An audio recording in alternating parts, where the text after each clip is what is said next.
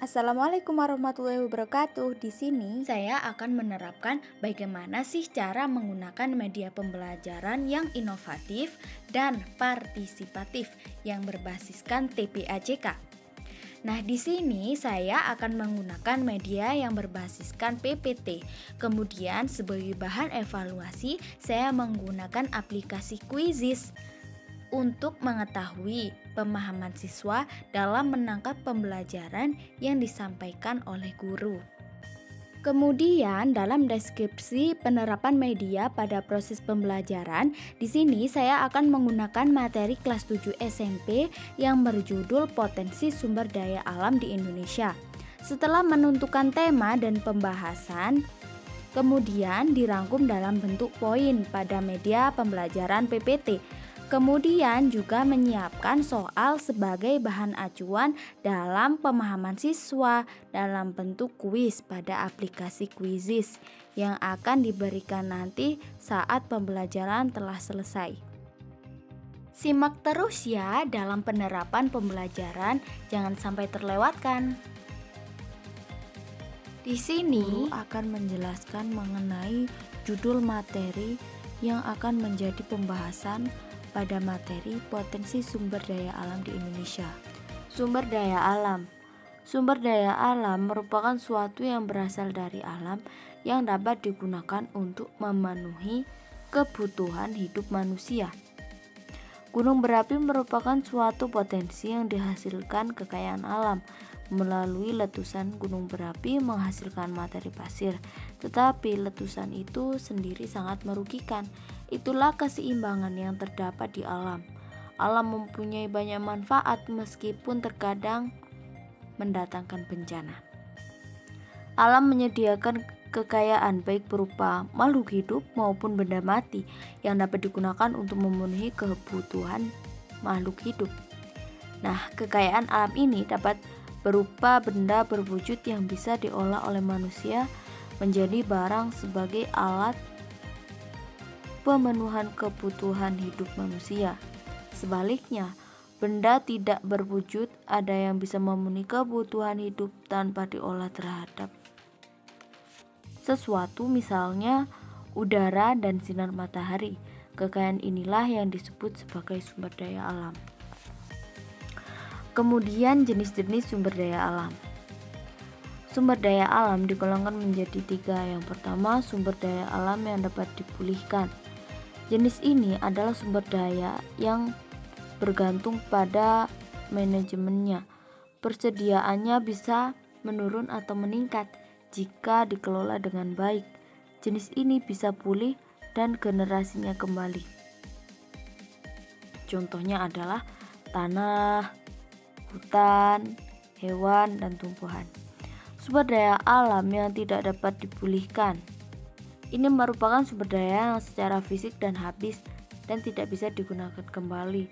Contohnya adalah batu bara, minyak bumi, dan gas alam. Selanjutnya yang terakhir adalah sumber daya alam yang tidak habis. Contohnya adalah udara, matahari, dan energi. Berdasarkan potensi penggunaannya, sumber daya alam ini yang pertama, sumber daya alam materi. Jenis ini digunakan dalam fisiknya, contohnya besi, kayu, serat, kapas, dan emas. Yang kedua adalah sumber daya alam energi. Sumber ini digunakan dengan memanfaatkan potensinya sebagai energi. Contohnya minyak bumi, gas bumi, air terjun, dan sinar bumi. Yang ketiga adalah sumber daya alam ruang. Jenis ini dimanfaatkan sebagai ruang tempat hidup, misalnya adalah tanah. Berdasarkan macam-macamnya, yang pertama sumber daya alam non-hayati atau abiotik. Ini merupakan sumber daya benda mati, contohnya adalah tanah, batu, air, dan angin. Sedangkan sumber daya yang hayati atau biotik merupakan sumber daya yang berupa makhluk hidup, contohnya manusia, hewan, dan tumbuhan. Penyebarannya yang pertama adalah di darat dan yang kedua ada di laut. Penyebaran yang ada di darat, yang pertama ada pertanian, kemudian yang kedua ada peternakan, yang ketiga perhutanan, dan yang keempat pertambangan.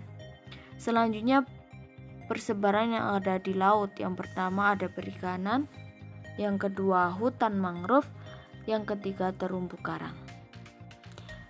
Indikator. Contoh interaksi kekurangan antar wilayah di Indonesia. Yang pertama, penduduk kota yang membeli bahan makanan di desa. Kemudian penduduk desa yang datang ke kota untuk mendapatkan layanan kesehatan. Yang ketiga adalah petani menjual hasil sawahnya ke daerah lain.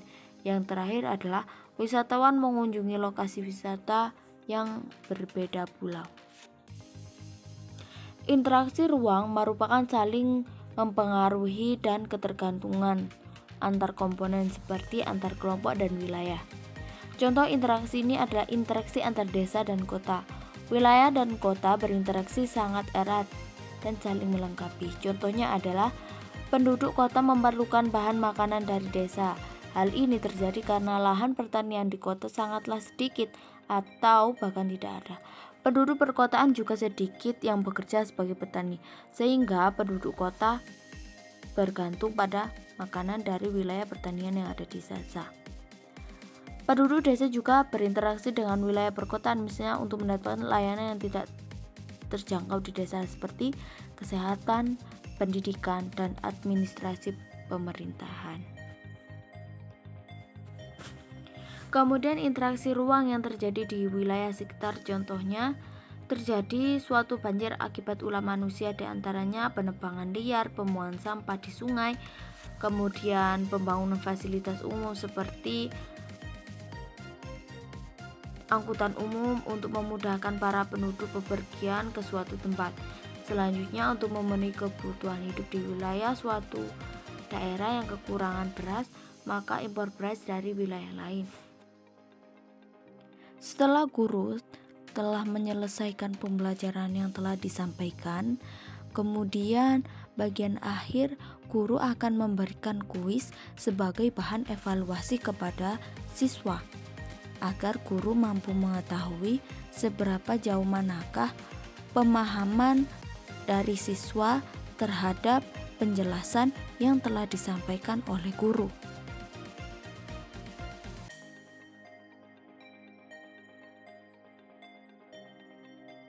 Selanjutnya, tugas guru adalah memberikan tugas melalui aplikasi Quizizz yang telah dibuat sebelumnya.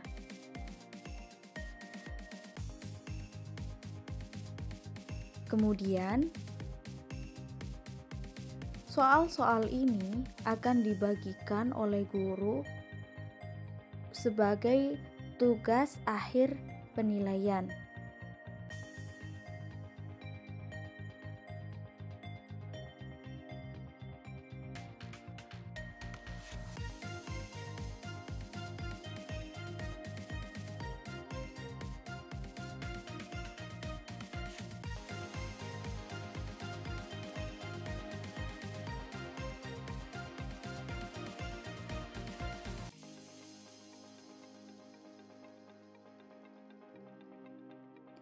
Guru akan menugaskan soal ini, kemudian guru bisa memilih mengirimkan soal ini melalui grup WhatsApp.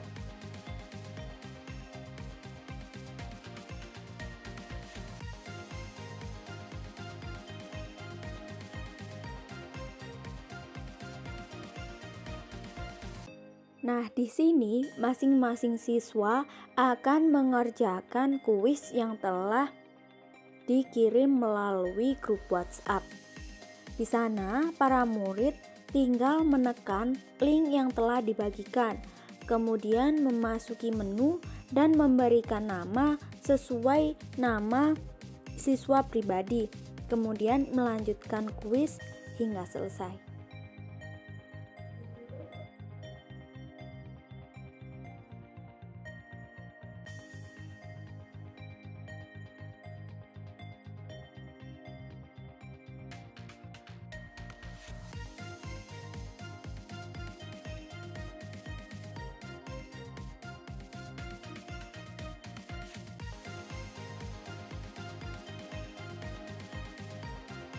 Ini adalah contoh dari penerapan siswa dalam mengerjakan tugas yang telah diberikan oleh guru melalui link WhatsApp yang tadi.